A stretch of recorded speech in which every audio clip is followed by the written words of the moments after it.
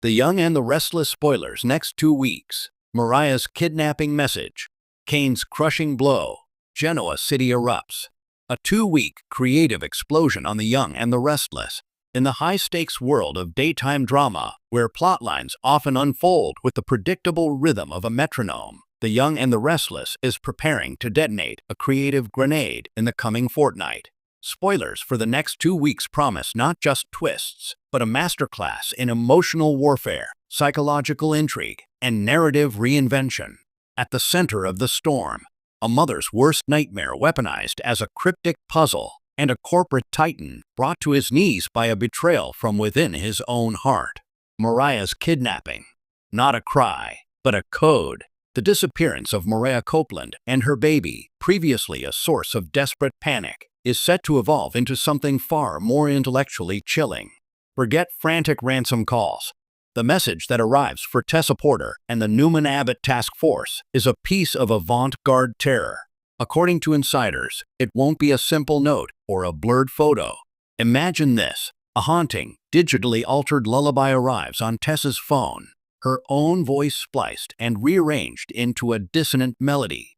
Embedded within the audio spectrogram, Sharon Collins discovers a pattern that resolves into coordinates, not to a location, but to a series of seemingly unrelated addresses from Genoa City's past. This isn't a kidnapper, it's a curator of pain. Each location is a site of a previous trauma for the Newman or Abbott clans: the alley where Cassie died, the old Chancellor Mansion, the Metro Club in its heyday. The message is clear. To find Mariah, they must first walk through the gallery of their collective sins.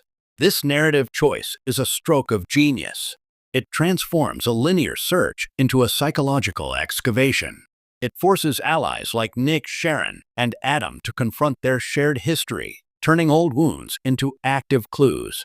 The kidnapping message becomes a dark mirror to Genoa City itself, proving that the past is not just prologue, it's the very map to survival.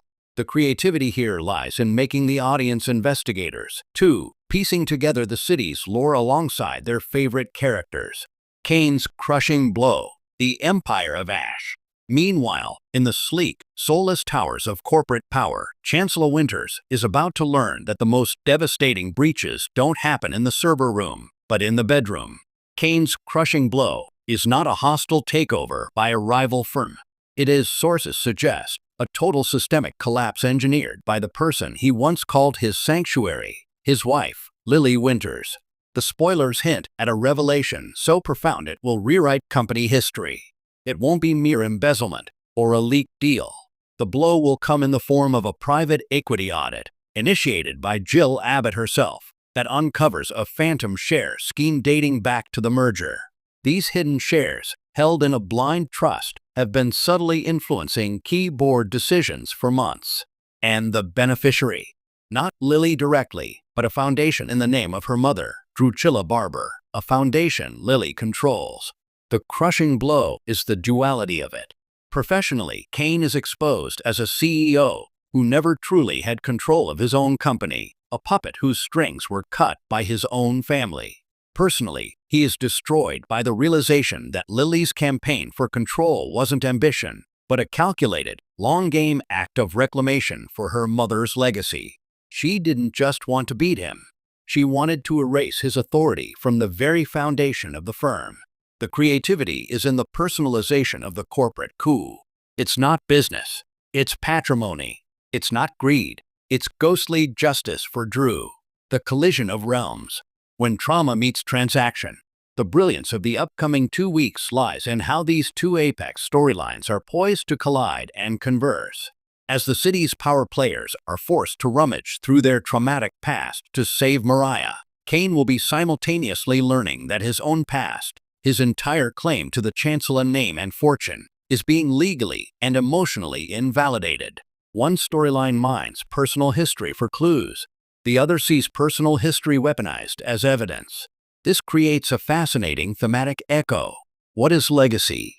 For the Newmans and Abbotts, it's a dark map they must follow. For Kane, it's an edifice crumbling beneath him. For Lily, it's a rightful inheritance she's surgically reclaiming. The show is using parallel narratives to ask the same devastating question from multiple angles. Furthermore, expect the investigations to bleed into each other. A clue from the Kidnapping gallery might point to an old Chancellor Industries cover-up, forcing Devon and Lily to choose between protecting the company's secrets and saving a life. Nate Hastings, straddling both the corporate and medical worlds, may find himself the crucial translator between these two escalating crises. A new blueprint for daytime? In an era where audiences consume content with forensic attention, The Young and the Restless is smartly upping its game. The Mariah plot leverages modern anxieties about digital manipulation and data, turning a victim's plight into an interactive mystery. The Kane/Lily saga takes the tired trope of the boardroom battle and roots it in deep, generational character history, making it a Shakespearean tragedy in tailored suits. The next 2 weeks promise more than just shock value.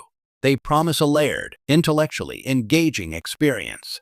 We are not just watching characters react. We are invited to decode, analyze, and understand the profound connections between their oldest scars and their newest battles. This is storytelling that respects its audience's intelligence and its own 5-decade history, using that history as fertile ground for fresh, contemporary conflict. Genoa City is no longer just a backdrop for romance and rivalry. For the next 14 days, it becomes an active character, a living archive of pain, a vault of secrets, and a chessboard where the moves are made with memories. Tune in, but be warned, you'll need to think as deeply as you feel. The game has changed.